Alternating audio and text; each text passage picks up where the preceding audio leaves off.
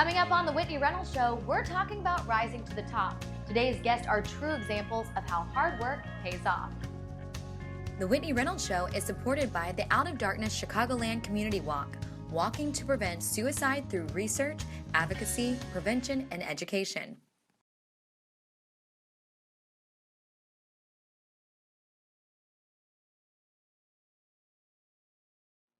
Hello and welcome to the Whitney Reynolds Show. Today's show is extra special because the stories you are about to hear are all about true life and hard work. The guests you are about to meet have not only dreamed the dream, but are doing anything it takes to get there.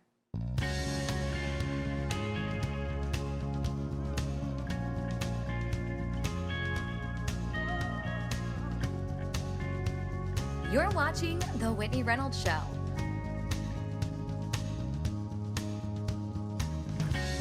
Our first guest is a hypnotist that made his national debut on America's Got Talent.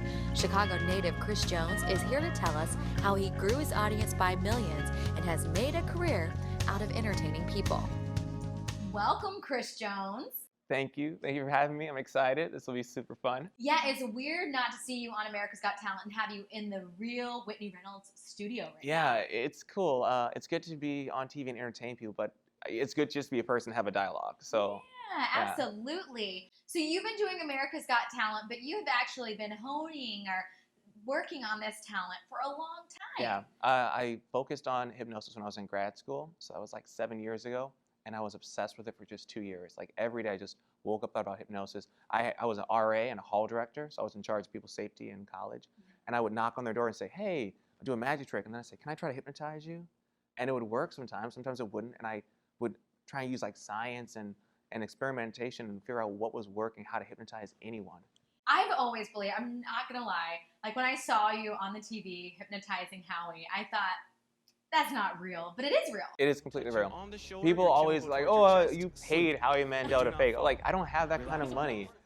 They were like, well, the producers told him to do that. No, he was angry after it was over. Yeah. Like, and it shocked everyone. It shocked Howard Stern. It shocked the two judges.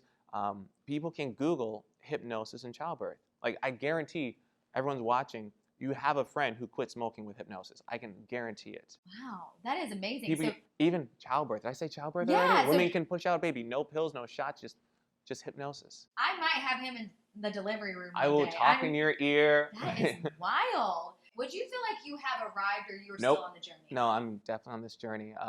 If you would have told me 10 years ago I would have been on national TV, I wouldn't have believed it, but I wouldn't have been surprised.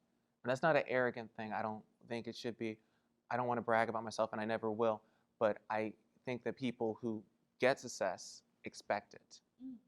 You know what I mean? So let's dive into that a little bit deeper. What do you mean? Like, I read a lot of biographies when I drive. I listen to books on CD because I want to learn what their path was for success and avoid their mistakes, hopefully. I don't think I'm a very creative person, but if I can see how someone else did something, I can duplicate it, make it my own thing, have my own twist on it. So like when the Rolling Stones were playing these big stadiums and concerts, they said, well, we always imagined it would happen, but we never thought it would. You have a dream. Even if there is doubt, that's fine. But when more people believe in you and they're in your corner cheering for you, then it's going to happen. So let's go back to little Chris Jones, your kid. Did you know you wanted to be a hypnotist? Because I think of being a kid, and I didn't even know this kind of job exists. Yeah, I wanted to dig up dinosaur bones. I wanted to be a fireman. And then, like, you get older in life, you have to narrow things down because you're like, oh, I wasn't a very good reader. I wasn't too good at math. I like talking to people. And I just, light bulb, my teachers put on all my report cards, sweet student, very talkative. And I was always in trouble for talking, not, interrupting class, but I was just always like, hey, how was your weekend? And just tell me your story. I just want to talk to anyone. And so that's pretty much my job. I get on stage, I talk people to sleep. You talk people to sleep. That is wild, but you had a speech impediment growing up. Yeah. So how did you get over that? Because that's something that sometimes you either can't get over or not even the impediment itself, but even being nervous about public speaking. Right. Some people will have a stutter and they think it's something they're trying to express and they're their mental block. I ran my words together. I still talk too fast. And peanut butter. My speech pathologist put peanut butter on the top of my tongue, on the roof of my mouth. He said, always get your tongue up there when you're trying to talk. Don't be lazy, articulate. And so growing up on the South Side, I got picked on for talking white. Oh, no. So let's talk about race just for 2 seconds. Oh, no. I have a white mom and a black dad, and I grew up on the South Side, and people were like, "What you doing, man?" I'm like, "I beg your pardon?" It's like, "Why are you talking white?" I'm like, "I'm just trying to have a conversation with you." I try to be a role model. I'm a person of color. I have degrees. I don't have kids yet. I don't have a wife. I just try to be a role model and do the right thing and tell people that you can do whatever it is your heart desires. What would be your dream come true? I just want to keep climbing. I don't know what's going to happen, and it's not about money. I mean, we don't do jobs for money. It's a calling in us. Like people have to pay me to travel. That's what I get paid for. I would do my show for free anytime. Wow, that is amazing. So any advice for young guns out there that are hoping to pursue their Yes, dreams? so many pieces of advice. Get a mentor. Someone who has your back, who's your cheerleader, telling you can do it. Like, you're gonna fall down. Make your mistakes early. Like, if you're gonna make a mistake, do it early and make as many mistakes as you can early. But every pencil, my dad would always say, my dad would say, every pencil has an eraser. We all make mistakes. Love that. The only thing in life is don't write in pen. So always write gently and be willing to make a mistake and correct what you did. That's your dad's quote. Yeah. I am now using Yeah, that. every That is pencil has an awesome. eraser. Yeah. That is great. And one more thing, you're not Yeah. from Chicago. I'm not. I'm from Oklahoma, but Chicago, I say I grew up here because this was the city that took young Whitney in and made me the Whitney Reynolds Show. You know the same story of Superman, right? He wasn't special on his planet. His planet was going to explode. He had to leave his planet to be special. Same thing for you. You're Superwoman. You had to leave your home to be special. You don't have powers at home. I had to go away to Wisconsin to be special and get out of my shell. I went away to grad school to get special. I had to go to New York to be on America's Got Talent. You're going to have to escape your home. Well, thank you so much for coming on. We are actually going to have you hypnotize me. And if you want to see this, make sure to check out WhitneyReynolds.com. We'll have that video up there. And then last but not least, where can people find out all about you? Because you are just amazing. America's Got Talent, but in person, just even more fabulous. You're sweet. You're very kind. My mom has lung cancer, and I don't want anyone else to get lung cancer. It's expensive. It's dirty. So I give away quit smoking CDs. You can go quitwithchris.com, and they're completely free. And I do one for quit smoking, anxiety, and weight loss. I don't want people's money. If I can improve your quality of life, I will do that. So quitwithchris.com. There's a link. Listen to it. Never when you're driving, but listen to it. That's good. Yeah, don't listen when you're driving. But that is great. Thanks. Well, thank you so much for coming Thanks for on. having me. It's now time for our social sizzle, and fresh off the plane from New York City, we have rising Broadway star Jorge Gomez from the musical group Tiempo Libre. It is now time for our social sizzle. I am here with Jorge from Tiempo Libre. How are ya? Hey, good. Thank you. It's a pleasure to be here. So you are from Cuba, and you are very social. That's why we have you on our segment, because you are traveling the world with this Broadway-bound concert. Tell us what's going on. Well, Tiempo Libre, we are all from Cuba now, living in Miami Beach. We have been, yes, you're right. We have been traveling all around the world. We have been in Malaysia, Thailand, Singapore, Macau, Hong Kong, Indonesia, Greece, Russia, Mexico, Hawaii. And right now we have just that musical theater called Cuba Libre, and we also have a new album called Panamericano. And the new album just came out. It is new, it's amazing. But tell for people at home, because this show is on the rise, and I'm sure a lot of artists might be watching today, what has been kind of your motivation to get you to this next level? Because it didn't happen overnight. Well, every album that Tiempo Libre made is all about friendship. In this case, it's about our neighborhood, the friends that live around us. So people who go with you every day to take lunch, to take dinner, to go to my house to make some music, bring some new ideas. And we have people all around the world in this album. It's going to be Afro-Caribbean rhythms. We have people from Venezuela, from Puerto Rico, from Mexico, from Dominican Republic. So it's still being Cuban, but with different tastes. So I'm not trying to put words in your mouth, but would you say for people at home that are thinking, okay, how do I get the motivation to go to the next level? Would you say find your inspiration? And these people have inspired you that you created the album about. Well, that happens all the time. well, for example, Panamericano, we did it in a huge party in my house. It's not like people think about musical production, going to the studio for weeks and working so hard. No, no, no. It was in my house, playing dominoes, drinking some rum, and bringing ideas to the table. Okay, let's put this music here, this quarter here, and then we have a song. Great.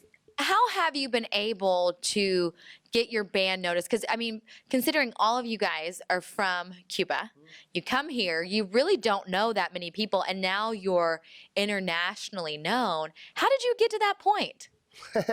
Well, we have been working together for 13 years. We used to have a company in New York. The name is IMG. Now we have a new company, booking agent and management. It's called the Agency Group, and they're in charge to put you all around the world. So that's how we do that. So tell us about this Broadway. You're going to be on Broadway. I mean, that's a big deal. That's something that people dream about since they were little kids. How are you going to Broadway? Well, that's an idea from a very good friend of mine. His name is Damaso Rodriguez. He's a director. And he called me and he told me, do you want to work together with us? We have a theater in Portland, Oregon, and we want to try something different. Let's talk about Cuba and the very hard time called Special Period, when Russia take off the help that they give to the Cuban. We don't have nothing to live. We don't have food, we don't have money, no job, no electricity, no water. The only thing that we have is music, and we survive with that. So is that what you put to life for this Broadway concept? Yes, the whole idea is you're going to see Tiempo Libre playing live every night, acting, dancing, even the actors and actresses, they're going to be playing the instrument with us and tell the story about that time. Wow. So tell us where you're headed to next before the Broadway happens. Did I hear you're leaving right for Spain? Yes, yes. We just came from Beijing, China. We played twice in New York, now here in Chicago, and then tomorrow we're going to be in Spain, Madrid and Segovia. So is there such thing as a work-life balance? Like, how have you learned how to manage with you kind of blowing up the way you have? How do you maintain work and life? Well, I love what I do. Playing music for me is my life, so it's not that hard to do it every day. The thing that, yes, is going to be a little rough is taking so many planes and so many space.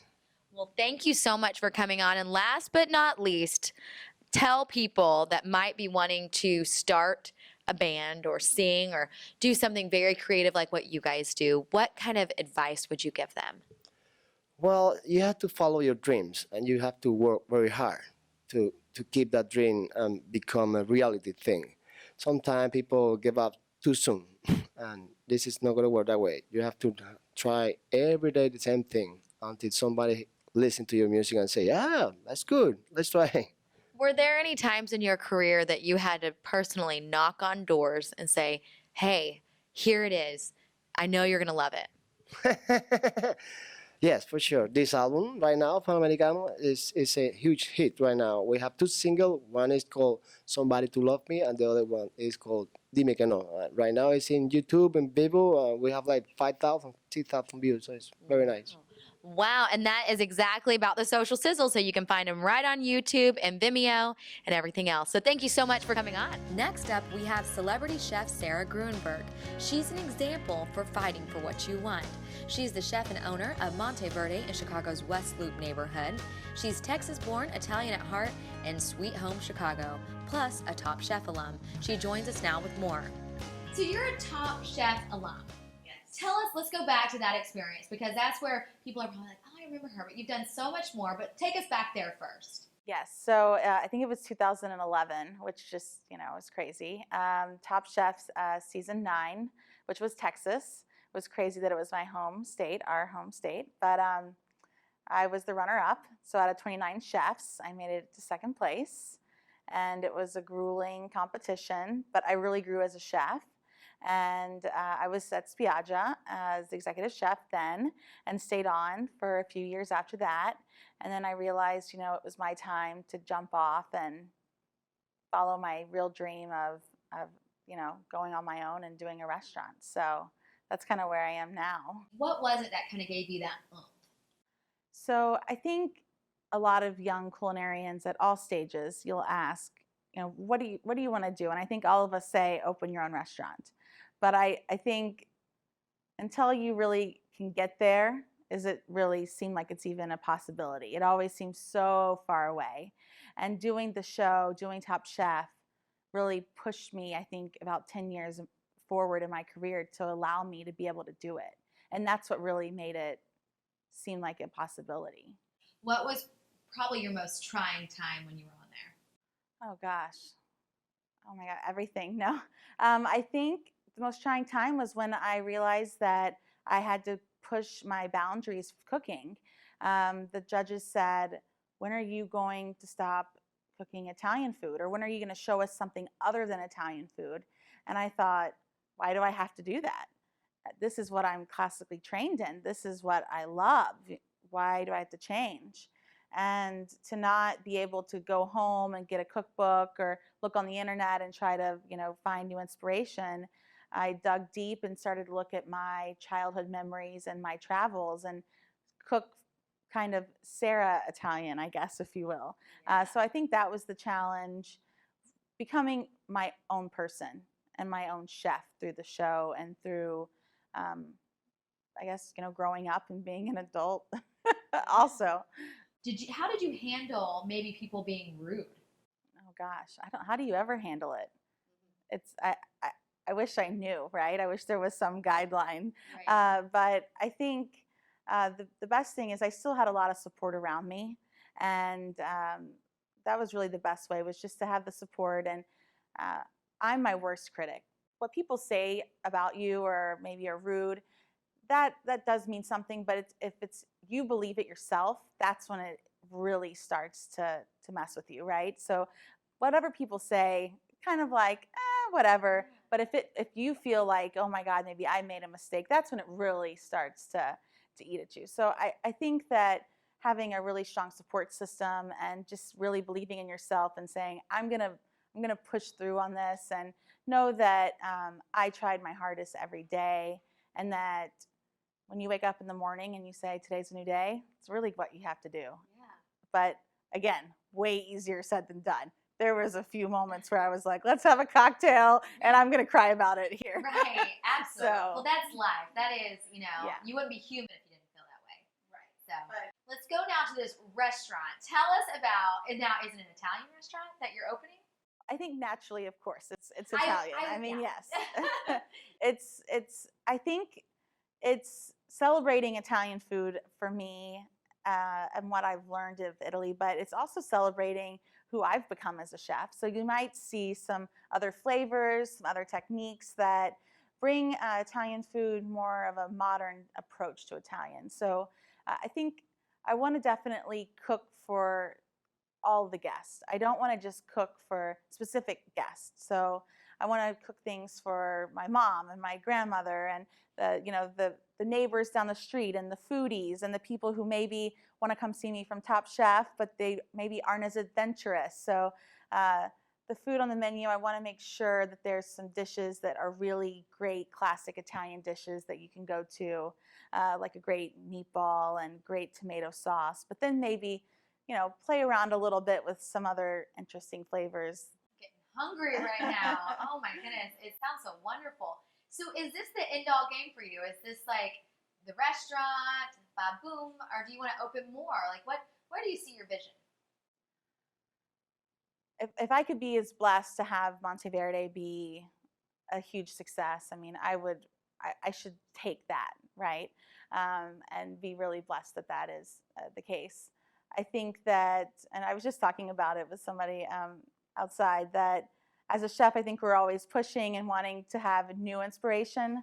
So if I am so lucky to maybe open up a few more concepts that maybe showcase other cuisines, could be a lot of fun as well. But I want to start slow and really put my time into Monteverde and make it really the best that it can be. You are doing it. I am so happy Thank to have you you. back on the set. You are constantly one that is setting the bar higher and higher. So kudos to you, sister. Thank you so much. Thanks for Thank coming you. on. Excited. I have to have you come in for the opening. Can't wait. Perfect. It's now time for the viewer's voice, and this week's question is, what is your biggest moment in life this far? I would say having my child. Yeah, save a little boy who's about 4.5 months now. When I gave birth to my kids. Probably marrying my wife. Our final guest today is literally on the rise. This 11-year-old actor has had roles in huge movies such as Sinister 2 and hopes to one day be a writer. Let's welcome out Jaden. Well, hello, Jaden. Hi, How are you? I am good. So you said something earlier that I think everyone has to hear about being on the rise. Well, when you said literally on the rise, it is true because I'm hitting my growth spurt soon. So, you know, So you are 11 years old, and tell us about what you have done acting-wise thus far. the most major thing I did recently is a horror movie called Sinister 2, coming out August 21st, which I spent 4 weeks filming in Illinois, and then I spent 2 weeks filming in LA, and then did 2 weeks more in LA for reshoots. Wow. Well, how did you get into acting? Did you wake up as a little kid and say, I'm going to be an actor? No, my mom had a friend who was a photographer, and she always said, you know, Jaden has a really cute face. I think he'd be good with acting. So one day she decided to take pictures of me for a headshot for free, and from there I started acting. Wow. So what has it been like for you? I mean, do you live the life that most 11-year-olds live? I mean, not very many kids can say I was on the set of a horror film and was out in LA and Illinois and everywhere else. Like, what is that like? I'm pretty much. I've got a pretty regular life. I go to school. I tried not to miss school. I value education, so I don't wanna miss it. I don't, and it's it's a little hard sometimes to like have to miss school for auditions. I go to auditions pretty regularly, but I have a pretty regular life. What is it like when you don't get the role you want? I'm so used to it actually. I'm Not getting it or getting it? not getting it. Oh, really? Okay. Because you're always auditioning for commercials. I get put on hold a lot and then released. So sometimes we're waiting for just like one day. Sometimes we're waiting for 2 months. So we always get a little bit excited, but you know, not to get your hopes up because usually you won't get it. So what is it like to get the call that you got the role? It's really exciting because it's really not something you'll expect. You always expect, oh, we're on right of first refusal, but chances are, you know, we're not going to get it, even though we do have a good chance. But like when you're like, oh my gosh, we actually got it, it's pretty exciting. When did you get your first role? I was 6. I had just started, and I got a lucky break in a low-budget movie called Mother's Milk. Okay. And so you got this role. Was it months of memorizing scripts? It was only a few scenes, but it definitely was something that looked good on my resume and definitely helped me. What is your end-all goal? Do you want to still act whenever you're 40? No, actually, I want to be an author when I grow up. Wow. Okay. So what are your plans? How are your plans to do that? I mean, I think I'll have other jobs, but definitely write on the side, and hopefully I'll write a book that, you know, gets a lot of publicity and does good, that will start my career as an author.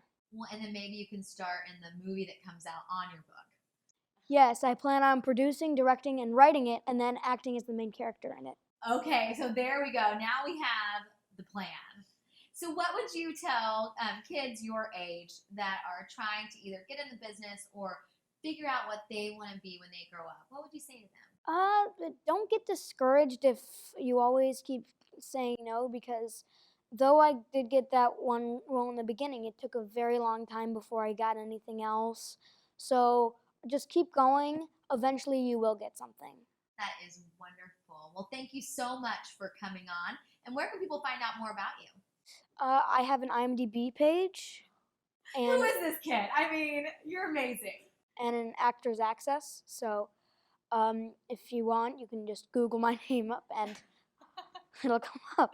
Well, I'm telling you, you saw him here first, but not literally here first. You were on different movies. But thank you for gracing us with your presence today. Thank you.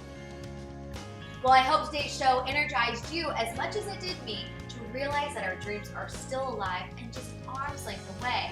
That in order to get there, we must put in the hard work and stay focused. For more information on today's show, visit WhitneyReynolds.com. And to join the post-show, we are tweeting live at Whitney Reynolds. The Whitney Reynolds Show is supported by the Out of Darkness Chicagoland Community Walk, walking to prevent suicide through research, advocacy, prevention, and education.